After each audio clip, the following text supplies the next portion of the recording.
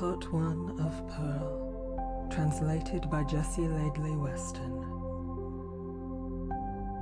Pearl, full pleasant for prince's pay, to cleanly set in gold so clear, from Orient lands, I dare to say, found I never its precious peer. So round, so choice, the pearl alway, so small, so smooth, a shining sphere. Wherever I judged of jewels gay, I set it singly, without compare. Alas, I lost my pearl in a bower. From grass to ground I let it slide, and I pine, sore wounded by love's fierce power, for that spotless pearl that was once my pride. Since then in that spot have I lingered long, where it fell from my hand, and with many a sigh have I mourned the joy that had cured my wrong, and lifted my hope and my bliss on high. Yet the dart of sorrow is overstrong, my heart for sadness is parched and dry, yet heard I never so sweet a song as woke that still hour with its melody. Forsooth, I have thought full many a thought of how its fairness the clay doth hide.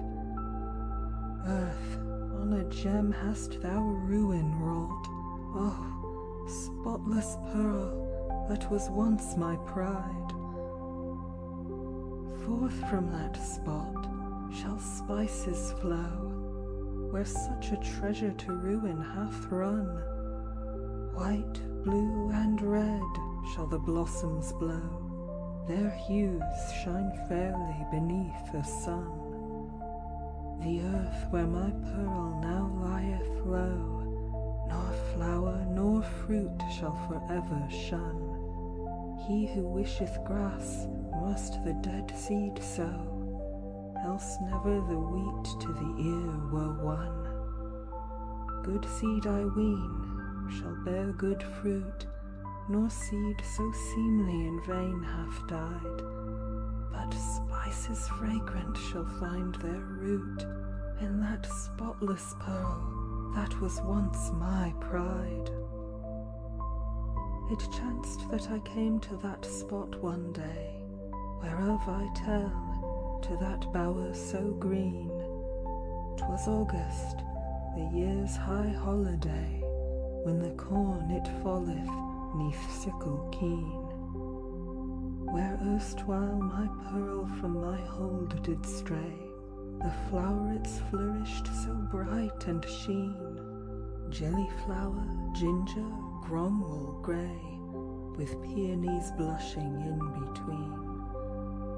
Fair was that bower in summer glow, yet a fairer fragrance was wafted wide from that place where she dwells, as well I know, that spotless pearl that was once my pride.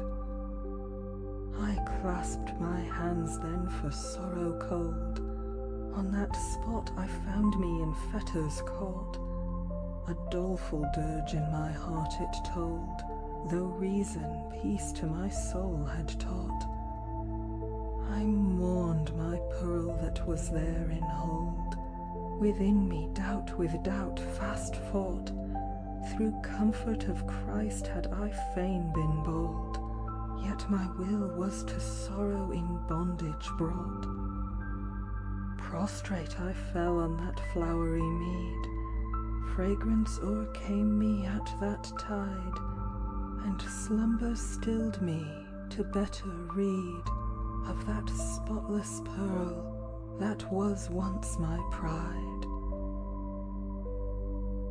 End of poem. From that spot my spirit sprang forth in space, my body enwrapped in dream did lie. My soul it had fared, by God's good grace, to behold adventures and marvels high. I wist not whither my way to trace, but cloven cliffs rose before mine eye. Towards a forest I set my face, radiant the rocks I might there descry. No heart of man can conceive the light, the gleaming glory that glittered there. No web e'er woven by dexterous wight, in fashion, I ween, was half so fair. Girdled about was all the down, with crystal cliffs, so clear of hue. Bright woods and holts the hill did crown, their bowls as azure as Indian blue. As burnished silver they floated down, the leaves that a quivering shadow threw, when the gleam of the glades was against them thrown. With shimmering sheen they shone anew, and the gravel all that the ground o'erlay was of orient pearl beyond compare. The sun's own beams waxed pale alway, beholding that fashion so wondrous fair. The fashioning of those downs so bright, they bade my spirit all grief forswear. Food to refresh me I found aright, so sweet a savour of fruits was there. In peace the birdlings took their flight, of flaming hues, great and small they were, nor subtle nor vile, though touched aright, with their mirthful music might I compare. For when they sang in such sweet accord, and softly beat with their wings the air, naught might such rapture to heart afford, as hearkening their fashion so wondrous fair. In sooth 'twas fashioned in fairest wise, that forest, where fate led my feet that day. Its glory I know not to devise, nor tongue of man may its praise essay. But ever I walked in gladsome wise, no hill so steep that my steps might stay. The further I journeyed, in fairer guise, bloomed flowers and foliage and fruit alway. Hedgerows and border and rivers sheen, as threads of fine gold that hillside bear. I won to a water those shores between. Christ, but the fashion thereof was fair. Oh, the fashioning of that goodly stream! The banks were fair with beryl bright, swooning sweet was the water's theme, a murmuring music that rang aright.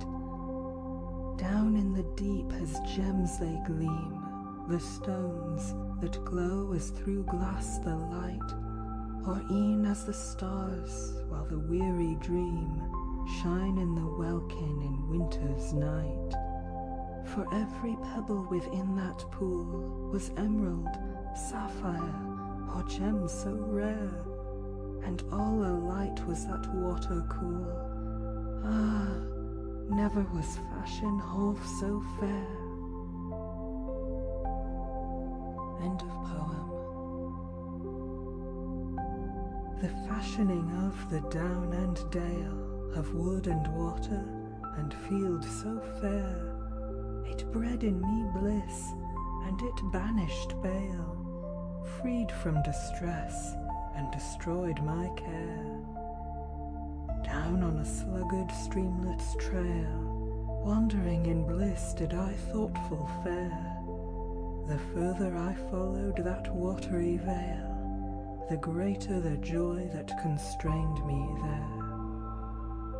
Fortune dealeth as fortune still, sends she solace or sorrow sore, the man on whom she doth work her will, of either measure hath more and more. More of bliss was there in that wise, than I might tell, had I time alway. tongue of mortal might ne'er suffice the tithe of that gladness glad to say. For truly I deemed that paradise were beyond the banks of the stream that day, and I hoped that the water, by some devise, betwixt two joys as a lakelet lay. Beyond the brook, or by glen or glade, I hoped by the moat to get me o'er, but the water was deep, I durst not wade, and longing beset me more and more. More and more, and yet evermore, the yearning to pass that brooklet's band, for if it were fair on the nearer shore, far lovelier was the distant land. Mine eyes they hasted my feet before, in search of a ford my way they scanned, but the way had ever more woes in store, the further I wandered beside the strand.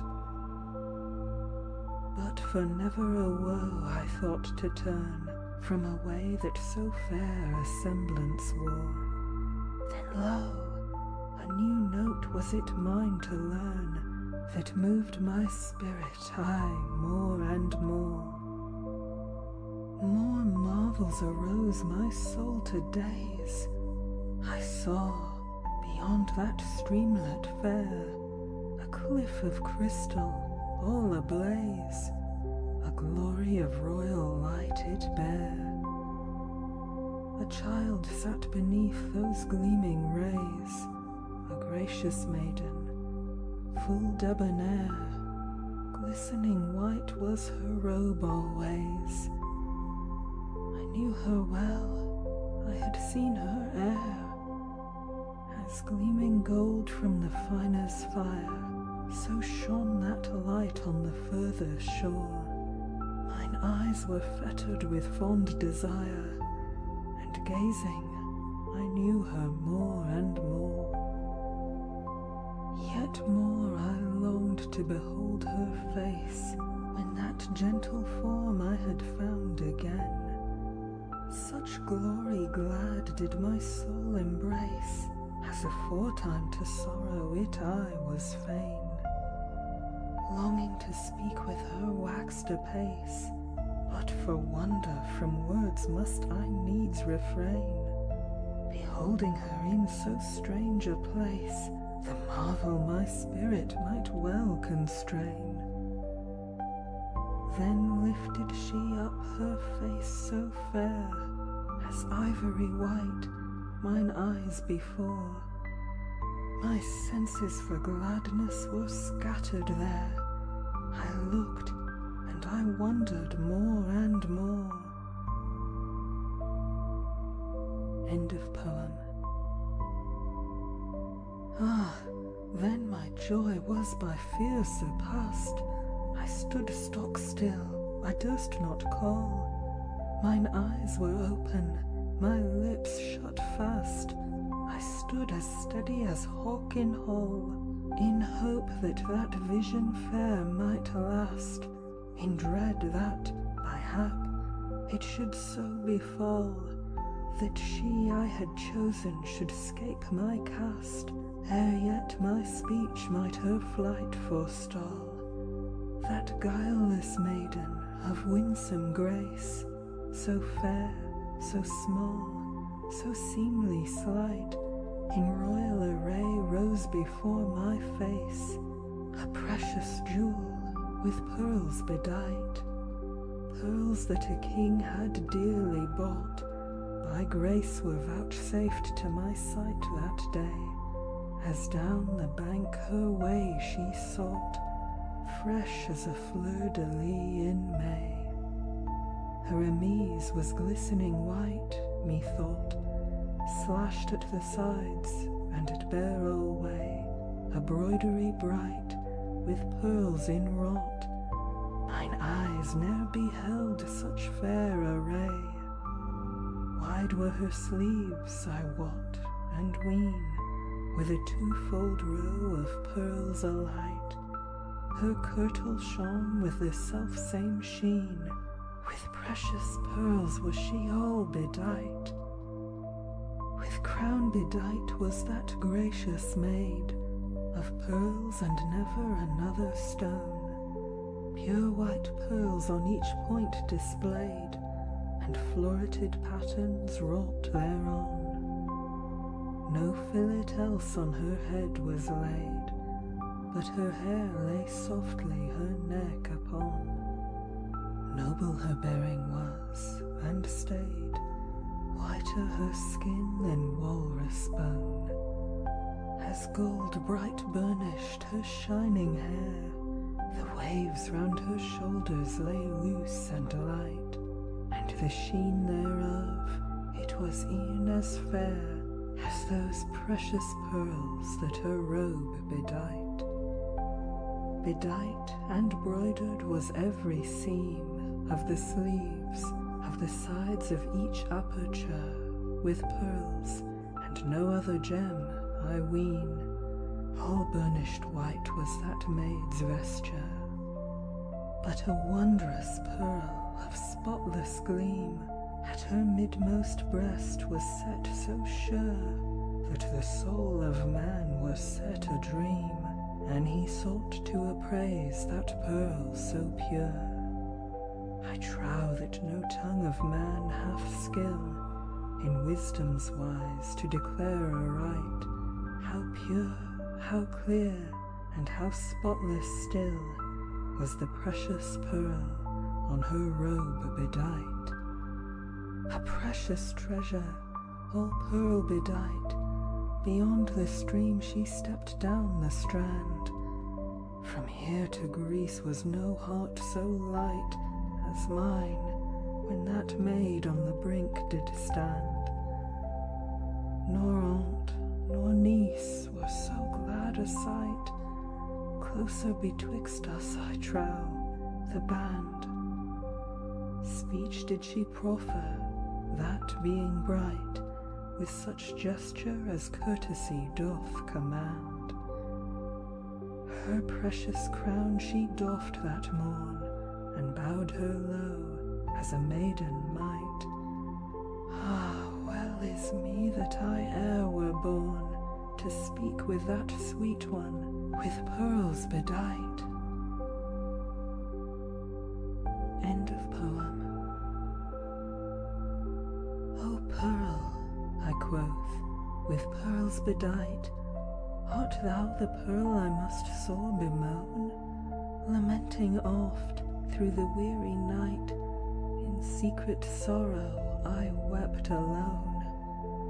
Since into the grass didst slip from sight, pensive, forlorn, am I moody grown. But thou dost live in love and light, in paradise peace, where no strife is known. What fate hath hither my jewel borne, and in dole and in danger hath set me ere? For since that we twain were asunder torn, I have been but a joyless jeweller. That jewel fair, with gems agleam, lifted her face with eyes of grey, set on her crown of pearly beam, and gravely thereafter she spake alway. Sir, ye have sure mistook your theme, and ye say that your pearl is gone astray. 'Tis safely in coffer kept, I ween, in this gracious garden that gleameth gay, where one may linger for evermore, nor loss nor sorrow draw ever near. Methinks thou shouldst hold it for treasure store, and thou wert a gentle jeweller. But jeweller gentle, and thou shalt lose thy joy for a gem that hath seemed thee fair. Methinks thou the worser way doth choose, and doth weary o'er much for but little care. That which thou lost, it was but a rose that blossomed and faded, so all flowers fair, by grace of the casket that held it close, to a pearl of price hath it waxen there. And thou hast called thy fate a thief, although of naught hath it robbed thee ere. Thou blamest the cure of thy bitter grief, thou art not a grateful jeweller. A jewel to me that rebuke so meet, as pearls her gentle words that day. I wis, quoth I, my blissful sweet, my sore distress thou dost charm away. Forgiveness of thee I would fain entreat, I deemed my pearl reft of life alway. I will hold her fast since once more we meet, and dwell with her in those groves so gay. I will love my lord, and his laws so good, who hath brought me e'en to such bliss anear. Were I now with thee beyond this flood, then were I a joyful jeweller. Jeweller, quoth that gem of sheen, why jest ye men, so mad ye be? 3 words hast thou spoken here, I ween, all unadvised, forsooth the 3. Thou knowest naught of what one may mean, swifter than wit thy words they flee, since thou with thine eyes this form hath seen, my dwelling thou deemest this dale to be. Again thou sayest, in this fair land, wilt abide henceforth beside me here. The 3rd, thou thinkest to pass this strand, that may no joyful jeweller. End of poem. I give that jeweller scanty praise, who believeth that which he seeth with eye, discourteous and meet for all blame his ways, who deemeth our Lord would speak a lie. Leal promise he made your life to raise, though fortune doomed your flesh to die. A wrong do ye read his words always, who only trust what ye may descry.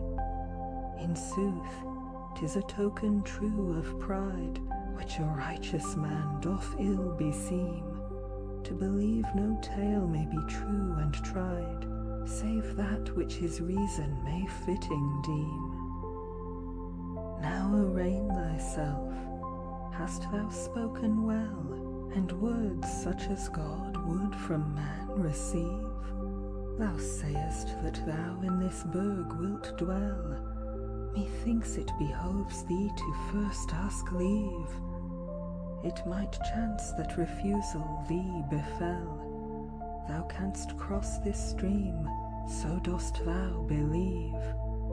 Thou must seek other counsel, I rede thee well, first shalt thou thy course in the cold clay leave. Forfeit the ford at Paradise Tree, our forefather guarded full ill the stream. Through dreary death man his weird must dree, ere Christ him meet for the crossing deem. Dost think to doom me, quoth I, my sweet, to mourn again as I mourned of yore? To keep what I find would I now entreat, must I needs forego it, ere speech be o'er? Why should I thus both miss and meet? My precious jewel dealeth sorrow sore. What availeth treasure but to gar man greet, if he needs must lose it in grief once more? Now what care I if I droop and dwine, or if banished afar I weave my theme? And I have no part in this pearl of mine, a dole enduring, such grief I deem. Thou deemest dole shall avail distress, thus spake the maiden. Why dost thou so? By loud lament over loss the less, a greater good must man oft forego. Thou oughtest rather thy lot to bless, and praise thy God in weal and woe. Anger availeth not at this stress, wax not wroth, if thou grief must know. For though thou dost chafe as any deer, with rush and wrestle and angry scream, yet thou mayest not come to me anear, but must needs abide till he fitting deem. Leave God to judge, let him I decree, from his path he swerveth no foot aside. Thy moaning no whit shall profit thee, though sorrow as comrade with thee abide. Ask thou his blessing right speedily, leaving thy strife, and cease to chide. His pity to prayer may the answer be, and mercy her skill may make known this tide. Comfort he may to thy sorrow deal, and thus shall thy loss the lighter seem. For marred or made, or for woe or weal, all lieth in him, as he fitting deem. End of poem. Then answered I straight that demoiselle, I pray that he be not wroth, my lord, if e'en as water springs forth from well, I pour forth, raving, a witless word. My heart with sorrow doth in me swell, I put me in his misericorde. Rebuke me not with words so fell, though I transgress, oh, thou child adored, but comfort me kindly, oh, gentle maid, in piteous wise think thou I on this. Sorrow and me hast thou comrades made, who erewhile wast the source of all my bliss. Both hast thou been, my bliss, my bane, yet much the greater, I ween, my moan. Since thou hast banished from field and fane, I wist not whither my pearl had gone. Now that I see her, my grief doth wane, but when we parted we were at one. God forbid we should now be twain, who meet so seldom by stock or stone. Though thou canst read me such courteous rede, but mortal am I, and my joy I miss. Christ, Mary, and John, help me at my need, for they are the ground of all my bliss. In bliss I see thee wrapped so fair, and I a man who be sorrow's mate. Methinks it doth cause thee little care, that oft I suffer both harm and hate. But since in thy presence once more I fare, I here beseech thee, nor make debate, that thou shouldst tell me, nor longer spare, the life thou dost early lead and late. For I am well pleased that thine estate be changed to worship and weal, I wis. Of my joy, 'tis henceforth the entrance gate, and steadfast groundwork of all my bliss. Fair sir, may bliss thee now betide, so spake that maiden of lovesome cheer. Thou art welcome here to walk and bide, for now thy speech is to me right dear. A masterful mood, and o'erweening pride, I tell thee are heartily hated here. My lord hath no liking his folk to chide. Meek be the dwellers his throne anear, and when in his palace thou shalt appear, worship him well in all humbleness. For my lord the Lamb loveth I such cheer, and he is the ground of all my bliss. A blissful life, thou sayest, have I, the manner thereof thou art fain to hear. When thy pearl was lost thus grievously, short was the tale of my childhood's year. But my Lord, the Lamb, through his Godhead high, he drew me in marriage himself anear. In length of days that endureth aye, hath he crowned me queen in blissful cheer. And each beloved doth hold in fee all his heritage, I am wholly his. His praise, his glory, his worth, they be the root and the groundwork of all my bliss. End of poem. Blessed maid, quoth I, can this be true? Be not displeased if amiss I speak. Art thou the queen of the heavens blue, whose honour the whole round world doth seek?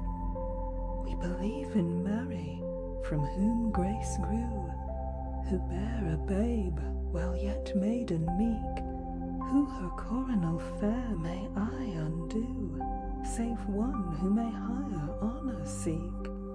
Yet for her sweetness beyond compare, we call her the Phoenix of Araby, that bird, so faultless of form and fair, is alike to the Queen of Courtesy. O courteous Queen, so that blessed one said, kneeling adown with hidden face, matchless mother and blissful maid, blessed beginner of all our grace. Then she rose again and stood alway, and turned to me in that space. Here many seekers their search may stay, there is never usurper in all this place. That empress she ruleth at her behest, heaven, earth, and hell, neath her sway they be, and none her heritage will contest, for she is the Queen of Courtesy. The living God in his kingdom fair and royal court hath this ordering. All who within those courts repair, of all the realm are they queen or king, yet one taketh not his brother's share.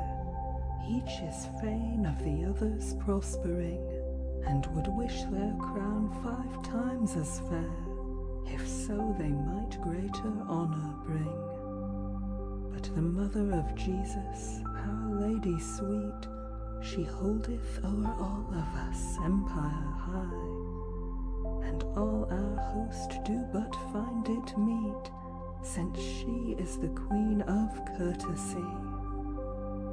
By courtesy, so St. Paul hath said, of the body of Christ are we members all, as arms and leg, and trunk and head, all limbs of this body ye truly call. So each Christian soul is numbered, as a member of him who is Lord of all. Now think, were ye not full sore bestead, did envy betwixt thy limbs befall? Though thou deck with rings thine arm and hand, thy head it doth neither carp nor cry. So fare we with joy, a loving band, to our King and our Queen by courtesy. Then quoth I, courtesy I believe, and charity true dwell your ranks among. Yet, though I fear such words may grieve, methinks what thou sayest must now be wrong. Too high thy rank, so I now conceive, for queen art thou surely over young. What greater honour might they achieve, who in this world's strife had battled long, or lived in penance their livelong days, through bodily bale their bliss to buy? What greater honour their meed always than thus to be crowned in courtesy? End of poem. Too lavish that courtesy is, indeed, if that be truth thou but now didst say. 2 years didst thou wear this mortal weed, God couldst thou neither please nor pray. Thou knew'st paternoster not, nor creed, yet queen wast thou crowned that self-same day. I may not trow, so God me speed, that he hath wrought in so strange a way. As countess, maiden, it seemeth me, thy name were fair upon heaven's high roll, or e'en as a lady of less degree, but a queen, that is sure too high a goal. Never a bound shall God's favour know, thus spake to me that maiden bright, for all is truth that he ruleth so, and he doeth nothing but what is right. In your missal Matthew doth clearly show, in the gospel true of God, his might, how the faring of man in the world below may well be likened to heaven's delight. For the kingdom of heaven is like to one who was fain of his vineyard to take the toll, for the grapes were e'en to the ripening one, and 'twas time of his labour to reach the goal. The hirelings know well the vintage date, the Lord, he ariseth betimes that day, he would labourers seek for his fair estate, and some he findeth with small delay. For the price betwixt them they make debate, at a penny a day they go their way, they toil and they travail with labour great, they cut and they carry and bind alway. At undone the Lord to the market goes, yet men stand idle about the place. Why stand ye idle? He asketh those. Know ye not of the day, the goal and grace? Ere dawn of day were we hither won, thus all together they answer brought. Here have we stood since rose the sun, yet never a man hath our labour sought. Go ye to my vineyard every one, so spake the Lord, in this wise he wrought. The hire that be due when the day is run, that will I pay ye, and stint ye not. To the vineyard they gat them, and laboured there, and all day the Lord did new men enroll, and ever anew to the vines they fare, till well nigh the day had passed its goal. At close of the day, at evensong, it lacked but an hour to sunset tide, yet there idle men he saw, and strong, with grave voice gentle he thus did chide. Why stand ye idle the whole day long? They quoth, our hiring we still abide. Go ye to my vineyard, yeomen young, and labour and do what may best betide. The sun was down, it had waxed full late, and shadows dim o'er the world did roll. He bade the labourers their hire await, for the day it had fully passed its goal. End of poem. The hour of the day doth the master know, and he calleth his steward, the time is past. Give each man the hire that to him I owe, and that no reproach upon me be cast. Range one and all of them in a row, and give each one as he bargained fast, beginning with him who standeth low. To each man a penny, the first as last. But then the first they did thus complain, saying, The heat of the day we bore, these have felt but 1 hour the stress and strain. It seemeth to us we should have the more. More we deserve, it doth seem us so, who have borne the heat of the livelong day, than these, who have wrought of hours scarce 2, yet thou makest them equal to us alway. The master to answer was not slow, Friend, what wrong have I done thee, say? Take what is thine of the steward, and go. That which thou bargained for will I pay. Was not a penny a day thy hire? Why shouldst thou threaten and chafe thus sore? More than his bargain may none desire. Why thinkest thou then to ask me more? Is it not fairer, my gift so free, when I deal with mine own as doth seem me due? Doth thine eye to evil turn willingly, because I was righteous, nor trickery knew? And thus, quoth Christ, shall it ever be, the last shall be first, so I tell ye true, and the first the last, so swift he be, for the called be many, the chosen few. Thus the poor in the kingdom have their share, though they came but late and but little bore. Their labour availed them but little there, but the mercy of God was so much the more. More have I of joy and of bliss herein, of worship high, and of life's fair bloom, than all the men in the world might win, though in righteous payment they claim such doom. 'Twas well nigh night when I came within, I won to the vineyard in twilight gloom, yet my Lord did his payment with me begin. Full payment was mine, and that right soon. Yet to others a longer term is set, they have toiled and travailed, I ween, of yore, but naught of their hire have they touched as yet, and none may they have for a year or more. Then out I spake, and this word did say, I find all reasonless thy tale. God's law it is fixed and set alway, else holy writ be of small avail.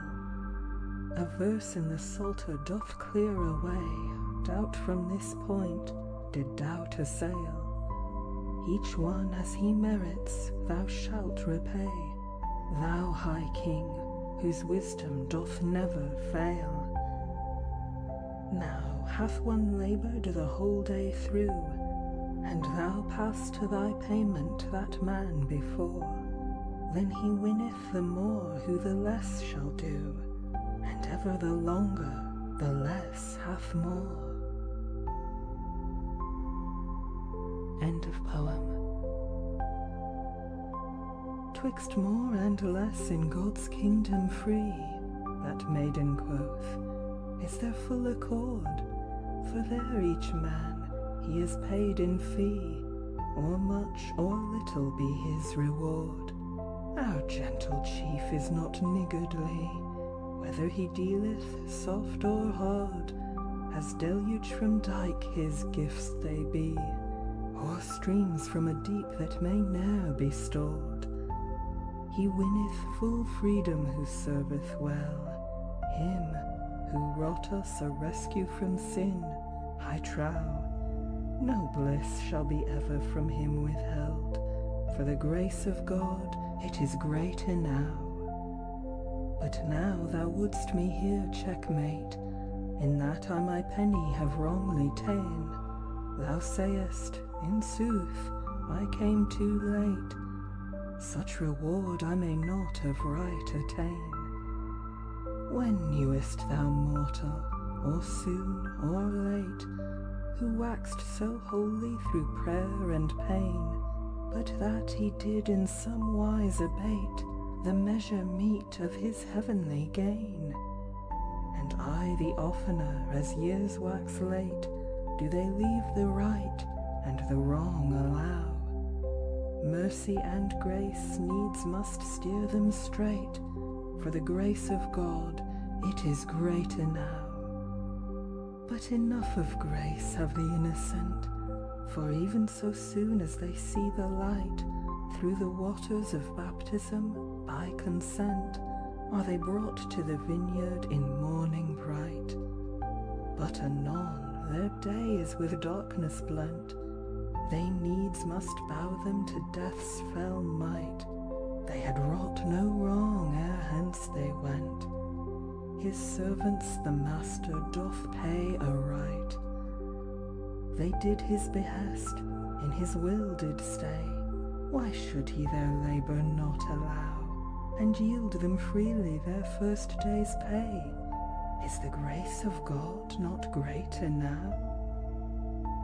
Full well we know that mankind so great was fashioned in perfect bliss to dwell, but our first father forfeited our estate for the taste of an apple that pleased him well. We all were doomed, in that Adam ate, to die in dole, 'twas of joy the knell. Sithen have we fared, or soon or late, to dwell forever in heat of hell. But the cure for our sorrow, it came with speed, when red blood ran on the rood, I trow, and winsome water in our sore need. The grace of God, it waxed greater now. Enough gushed forth from out that well, blood and water from wound so wide. The blood hath bought us from bale of hell, from the second death doth that stream divide. The water is baptism, sooth to tell, by the grim glaive freed from his stricken side.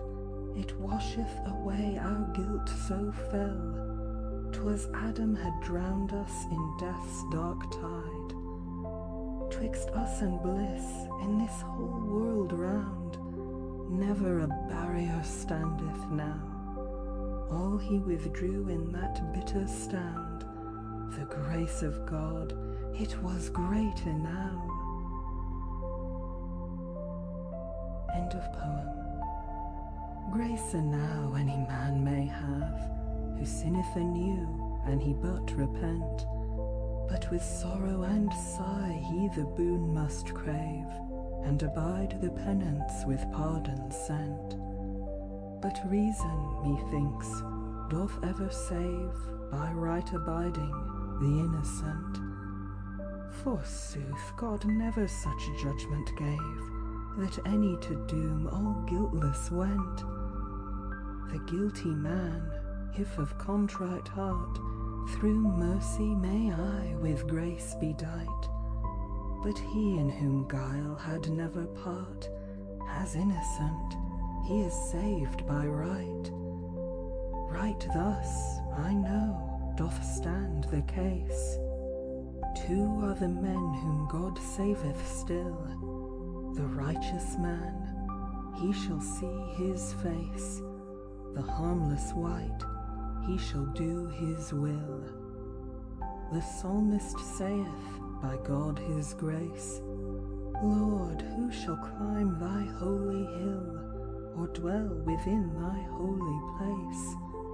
Himself hath he answered, as read ye will. The hand that is set to no deed ill, the heart that abideth pure and white, his foot shall rest secure and still. The innocent, he is saved by right.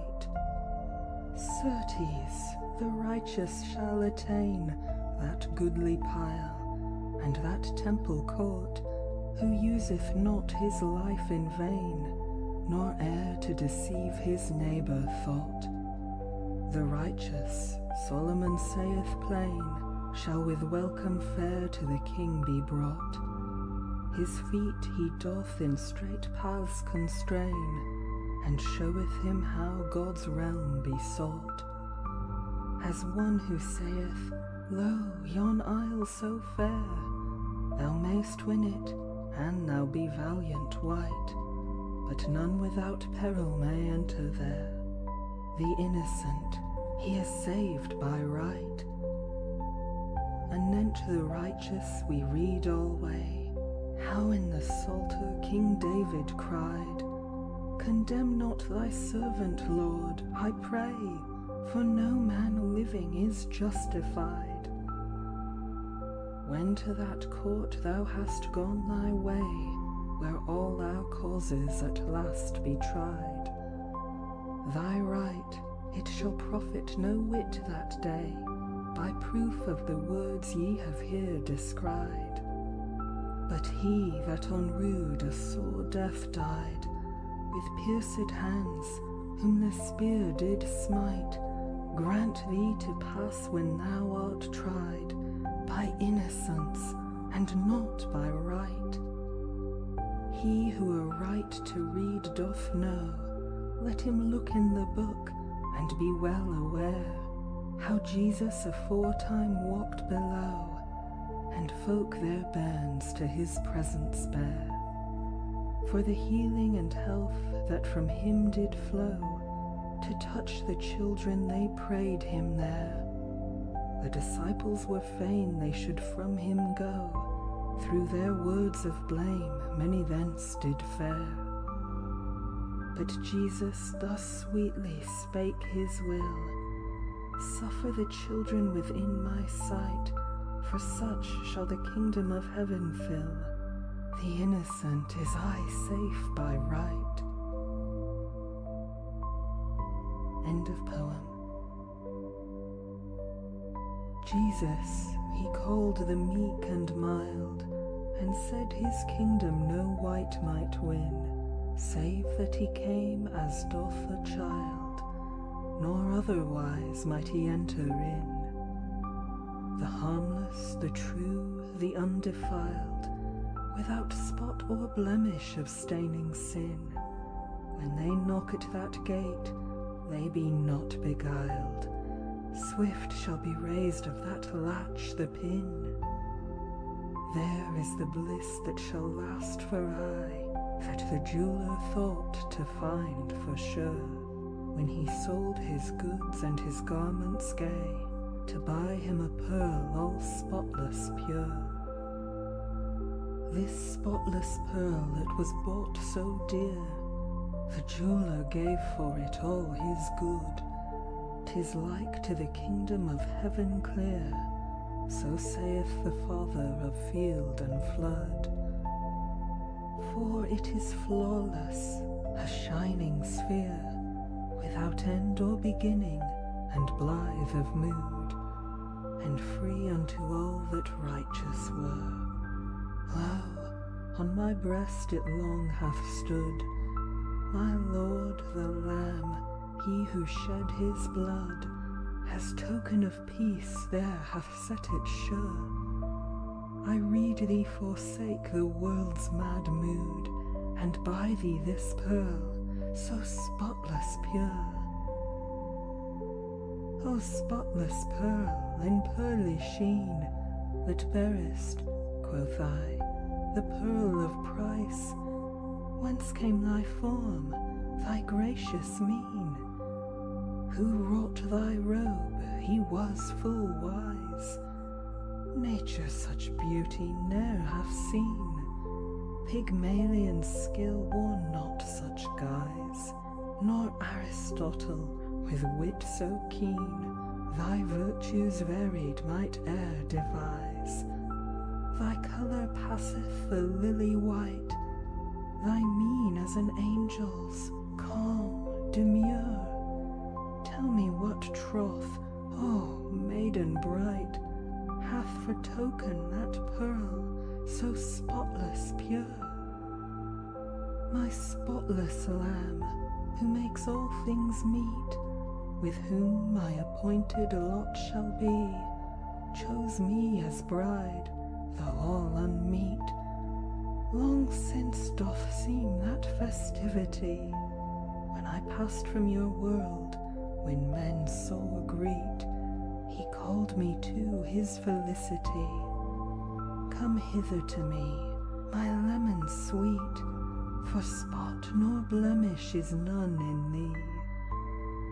Thus, dowered with beauty and dignity, he washed my robe in his blood for sure, and crowning me fair in virginity, he decked me with spotless pearls and pure.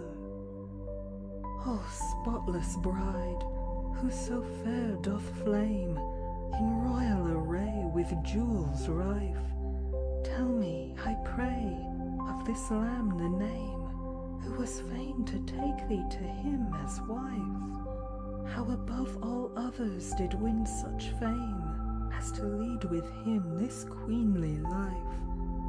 So many a maiden, free from blame, for Christ hath lived in toil and strife. Those dear ones all hast thou set aside, that marriage bond is for none set sure, save but for thyself in thy virgin pride, thou peerless maiden, so spotless pure. End of poem. Spotless indeed, quoth that gladsome queen, unblemished am I, without a blot. This to maintain doth grace beseem, but a peerless queen, that said I not. Brides of the Lamb, in bliss serene, 12 times 12,000 by count, I wot. Thus in Apocalypse were they seen. Saint John he saw, and he hid it not. On the hill of Zion, that mount so fair, the apostle in vision beheld them then. Arrayed for the wedding feast they fare, to the city of New Jerusalem. Of Jerusalem will I speak the spell, if thou wouldst know what he now shall be. My Lamb, my Lord, my fair jewel, my joy, my bliss, my love, is he. The prophet Isaiah of him doth tell, of his meekness speaking full piteously, whom, guiltless, a traitor to death did sell. In him was no taint of felony.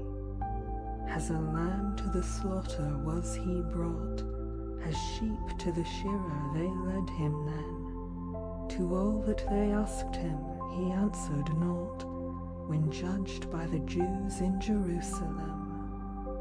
In Jerusalem was my true love slain, rent on the rood by ruffians bold.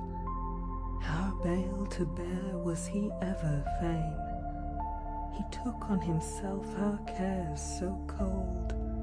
With blows and spitting his face they stain, that erst was so comely to behold.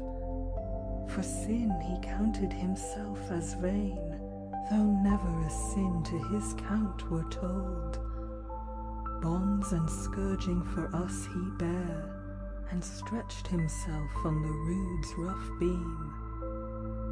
Meek as a lamb did he silent fare, when he suffered for us in Jerusalem. Jerusalem, Jordan, and Galilee, there John the Baptist his office wrought.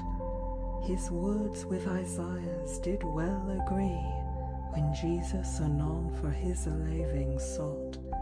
For he spake of him this prophecy, Lo, the Lamb of God, who faileth not, but from every sin will set ye free, that ye in this world have witless wrought. Never a sin to his count befell, yet he to the guilt of all laid claim. His generations what tongue can tell? who suffered for us in Jerusalem. In Jerusalem thus my true love sweet, twice as a lamb was accounted there, by record of prophet true and meet. In such meekness and gentleness did he fare. A third time as lamb we shall him greet. The apocalypse here doth witness bear. In the midst of the throne he hath his seat, as John the Apostle doth declare. He opened the book, and the seals he brake, the 7 seals, he hath broken them. The boldest heart at that sight must quake, in hell, in earth, in Jerusalem. End of poem. This Lamb of Jerusalem hath no stain. His hue, it is white beyond compare. Blemish or spot would ye seek in vain, in that wool so shining, so rich and rare. Thus the soul that from sin doth here refrain, for that Lamb is a fitting mate and fair. Though each day he addeth unto his train, no envy doth one to the other bear. Yea, we would that each one were waxen 5, the more, the gladder, so God me bless. Our love shall ever in concourse thrive, our honour wax greater and never less. Less of bliss may we never win, who bear this pearl upon our breast, for they who have known no stain of sin, they carry this spotless pearl as crest. Our bodies are wrapped cold clay within, and for ruth and rue ye may find no rest, but knowledge of all is ours herein, and our hope is all to one death addressed. The Lamb doth rejoice us, our care is past, with him do we feed in gladsomeness. Full measure of honour hath first and last, and no one's bliss is one whit the less. Lest fantasy thou shouldst deem my tale, Apocalypse doth the truth declare. I saw, quoth St. John, withouten fail, the Lamb on Mount Zion stand free and fair, and with him were maidens, a goodly tale, 12 times 12,000, and each one wear on her forehead the name that shall I avail. To the Lamb and his Father she witness bear. A voice from heaven I heard o'er all, like streams o'erladen that run in stress, or as thunderbolts mid the rocks that fall. That sound, I trow, was nevertheless. Nevertheless, though it rushed and rang, and struck full loudly upon mine ear, a newer note those maidens sang. I wis that strain to my heart was dear.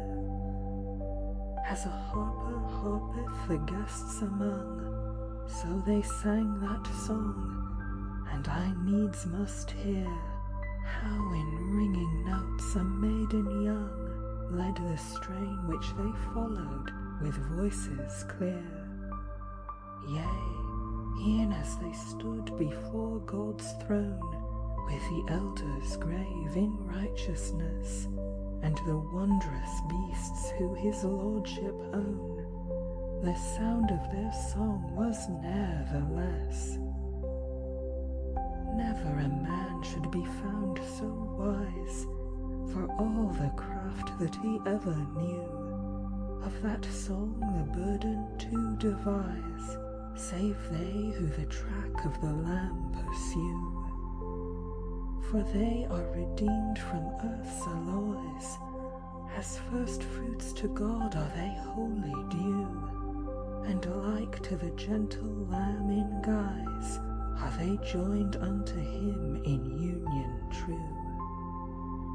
For never a falsehood or lying boast have touched their tongue for strain or stress. The bonds that bind that spotless host to their spotless Lord shall ne'er be less. Nevertheless are my thanks, quoth I, my pearl, if a query I still propose, and be fain still thy knowledge deep to try. 'Twas Christ who thee of his household chose.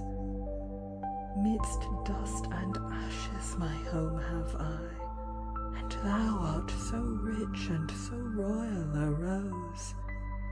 Thou dwellest this blissful bank anigh, where life's delights thou shalt never lose. Oh, simple of heart and of gracious tongue, one wish would I fain to thee express, and though I be churlish all churls among, let my prayer avail me none the less. End of poem. Nevertheless, I upon thee call, and thou see it fitting, O maiden fair, glorious and spotless art thou withal, deny me not this piteous prayer. Have ye no dwelling in castle wall, no manor wherein ye meet and fare? Thou speak'st of Jerusalem's royal hall, where David the crown as monarch wear. Yet by these woods it may never be. In Judea that city doth stand, I wot. Beneath the moon ye from stain are free, and your dwelling should be without a spot. Of a spotless throng thou tellest me, 12 times 12,000, a countless rout, a city great, so many ye be, ye needs must have, without a doubt. Fair cluster of precious jewels are ye, 'twere ill if any should lie without. Yet I fare by these banks, and it seemeth me, no dwelling standeth here about. I trow thou but lingerest here a space, for the beauty nature doth here allot. If thou hast elsewhere an abiding place, I prithee lead me to that glad spot. The spot thou speakest of in Judea, the fragrant fair, in this wise she spake, is the city to which the Lamb drew near. Therein did he suffer for all men's sake. Of the old Jerusalem speak we here, where Christ the chain of old guilt did break, but the new, which by God's grace shall appear, the Apostle John for his theme doth take. Thither the Lamb, without dusky stain, hath led his folk, and hath tarried not. And as that flock without flaw remain, so his city shall be without a spot. Certes, we speak of cities twain, nathless Jerusalem both are height. The meaning for thee doth aye remain, the city of God, or of peace the sight. In the first our peace was won again, in pain to suffer the Lamb deemed right. In the other, I ween, peace doth hold her reign, with never a check to her ceaseless might.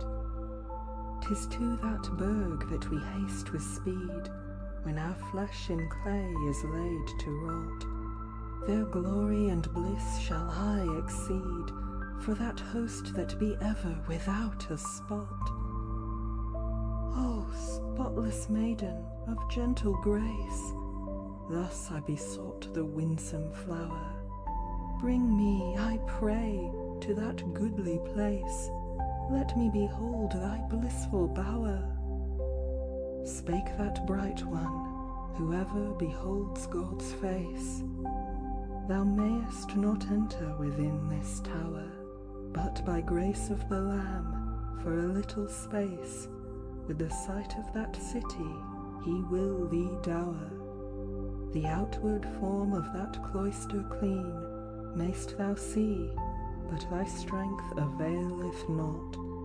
To set thy foot on its streets, I ween, save thou be stainless, with ne'er a spot. End of poem. If I this city to thee unveil, then bend thou towards this streamlet's head, till thou seest a hill. I, without fail, will follow beyond this river bed. I tarried not, but along the vale, through leafy thickets I swiftly sped, till lo, the burg did my sight assail, as it stood on a hill, fair fashioned. Beyond the brook, and away from me, then sunbeam brighter that city shone.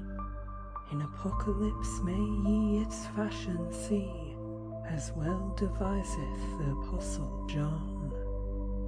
As John the Apostle beheld with sight, so saw I that city of goodly fame, Jerusalem, new, all royally dight, as if from heaven but now it came. The burg was of burnished gold so bright, as glittering glass was it all aflame. Fair gems beneath it gave forth their light, and pillars 12 did its groundwork frame. The foundations 12, full rich they were, each slab was wrought of a single stone. So well doth picture that city fair, in Apocalypse, the Apostle John. As John, he hath named them, those stones so fair. After his numbering their names I knew. Jasper it hight, the first gem there, on the first foundation 'twas plain to view. It glistened green on the lowest stair, the second was held by sapphire blue, a spotless chalcedony and rare gleamed on the third with purest hue. The fourth was emerald, glowing green, sardonyx shone the fifth upon, the sixth a ruby, as well hath seen in Apocalypse the Apostle John. To these John added the chrysolite, the seventh gem in foundation stone, the eighth the beryl so softly bright, the twin-hued topaz the ninth upon. The 10th it was chrysoprase's height, the 11th of jacinth fair alone. Then fairest, as blue of Ind its light, the purple amethyst gleamed and shone. Of gleaming jasper I saw the wall, as it stood those pillars 12 upon. So well hath he drawn it, I knew it all, in Apocalypse the Apostle John. As John had devised I saw the stair, broad and steep were its steps, I ween. The city, it stood above, 4 square, in length, breadth, and height was it equal seen. The streets of gold as glass they were, the wall of jasper with amber sheen. The walls within, they were decked full fair, with every gem of ray serene. And every side of this city good, 12 furlongs full, ere its end were won. In length, breadth, and height it equal stood, as he saw it measured, the Apostle John. End of poem. As John hath written, I more might see. 3 gates had that city on every side. Thus 12 I reckoned, in 4 times 3, and rich plates they decked each portal wide. Each gate was a pearl of purity, a perfect pearl that shall aye abide. On each one the name, in right degree, of Israel's sons might be there descried. That is to say, as their birthright bade, the eldest was writ the first upon. Such light through the ways of that city played, the dwellers they needed nor moon nor sun. Of sun nor moon had they never need, for God himself was their lamp of light, the Lamb a lantern, their steps to lead. Through him all that burg beamed fair and bright. Through wall and dwelling my glance might speed, so clear was it, naught might impede my sight. The high throne there ye well might heed, with royal apparelling all bedight. As in the words of St. John I read, the high God himself sat upon that throne. A river swift from beneath it sped, 'twas brighter than either sun or moon. Sun nor moon had so bright a ray as that flood in the fullness of its flow.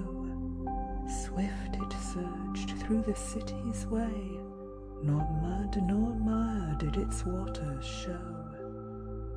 Church therein was there none alway, chapel nor temple raised a row. The Lamb is their sacrifice night and day, and God for their temple and priest they know.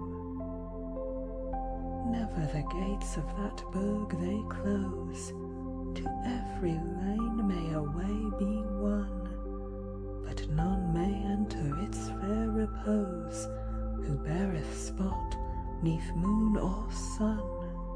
For there the moon may not wax in might, of substance dark she yet spots doth bear, and e'en as that burg ne'er knoweth night, what need for the moon on her course to fare, and to measure herself with that goodly light, that beyond the river shineth there. The planets they be in too poor a plight, and the sun itself may not make compare. By that water's course stand trees so fair, 12 fruits of life do they bear eftsoon. 12 times each year they blossom and bear, and their fruit waxeth new at every moon.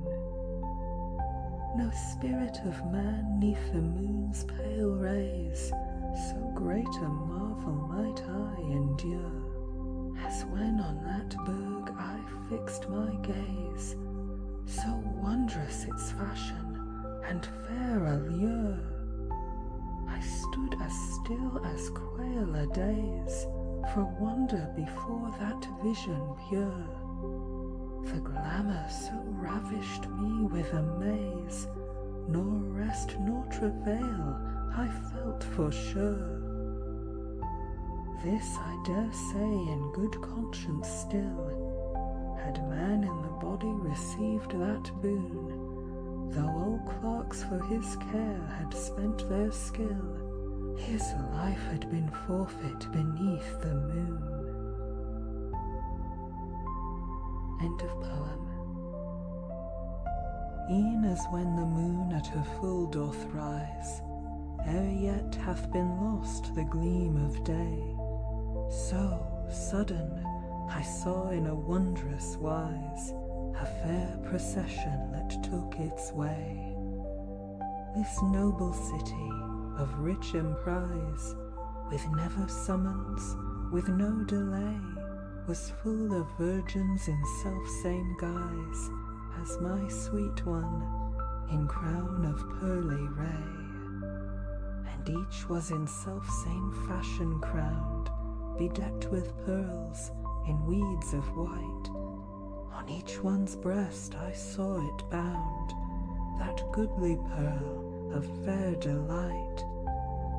They stepped all together in great delight on the golden ways by that living stream. 100,000s, I ween, their might, and their robes did all of one fashion seem. Who was gladdest, none might discern aright. With 7 horns of red golden beam, the Lamb before them passed, all white, his robes like precious pearls their gleam. Toward the throne on their way they pass, though many they were, they moved aright, and thronged not, but meekly as maids at mass, they fared in order with great delight. Delight the more at his coming grew, too great for tongue of man to tell. The elders all when he nearer drew, prostrate before the throne they fell. Legions of angels the summons knew, incense they scattered of sweetest smell. Glory and gladness were raised anew, and joyous songs for that jewel well. The strain might smite through earth to hell, that virtues and powers in heaven recite. To love the Lamb and his praise to tell, therefrom did I win a great delight. Delight and wonder within me fought, when I fain would picture that Lamb so dear. Best was he, blithest, most hardly sought, that ever in words I think to hear. His vesture of purest white was wrought, himself so gentle, his glance so clear. But a bleeding wound, and wide, methought, cleft through his side, his heart anear. Forth from that wound the blood flowed fast. Alas, I thought, who did this despite? His breast of hellfires should feel the blast, ere that in such doing he found delight. The Lamb's delight none might doubt, I ween, although he were hurt and wounded sore. In his countenance naught thereof was seen, of glorious gladness the mien he wore. I looked upon that host's fair sheen, dowered with life for evermore, and lo, I saw there my little queen, who, methought, stood e'en on that streamlet shore. Ah, Christ, what gladness and mirth she made! Among her companions she shone so white, the sight, it urged me the stream to wade, for love and longing and great delight. End of poem. Delight it smote me through ear and eye, my mortal mind was in madness cast. When I saw my fair one, I would be nigh, though beyond the stream she were held full fast. No power was there that I might descry, to check me and hold ere the stream be past. And if none withheld me that flood to try, I would swim the rest, if I drowned at last. But from that counsel I soon was caught, e'en as the water I would essay.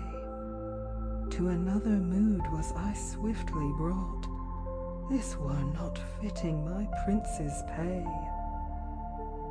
It had pleased him not myself to fling, by madness spurred, o'er that wondrous mere. Though in rushing race I would make my spring, e'en as I came to that bank anear, my steps to a halt I needs must bring. My haste had shattered my vision sheer. Where my form in grief to the earth did cling, there I awoke, in that arbour dear. There, where my pearl to ground had strayed, I arose, and I fell in great dismay, and sighing sore, to myself I said, now all shall be to that prince's pay. Full ill it pleased me to be outcast, so suddenly, from that realm so fair, from that blissful vision, so soon o'erpast. For longing I fell a swooning there, and with rueful voice made lament full fast. O pearl, quoth I, so rich and rare, fair was that vision I saw at last, and dear those tidings thou didst declare. And if it be true of very sooth that thou farest thus in garland gay, 'tis well with me in this house of ruth, since thou art fair to that prince's pay. Had I to that prince's pleasure bent, and craved no more than to me was given, and held me there with true intent, as my pearl besought, who so fair hath thriven, then, drawn to God's presence by his consent, the veil of his mysteries had been riven. But man with his bliss is ne'er content, but asketh more than may well be given. Therefore my joy was the sooner crossed, I was thrust from the realm of endless day. Christ, they in madness their toil have lost, who proffer thee aught save what be thy pay. To please that prince is a task full light for the Christian soul, to his peace they wend. For I have found him by day and night, a God, a Lord, and a faithful friend. On a hill did this lot upon me light, when grief for my pearl I might not amend. In the blessing of Christ, my gem so white, to God's good keeping I now commend. Christ, who in form of bread and wine, the priest shows forth to us day by day, keep us as household folk of thine, as precious pearls for our prince's pay. Amen. Amen. End of poem. And end of Pearl. Translated by Jessie Weston. Thank you for listening.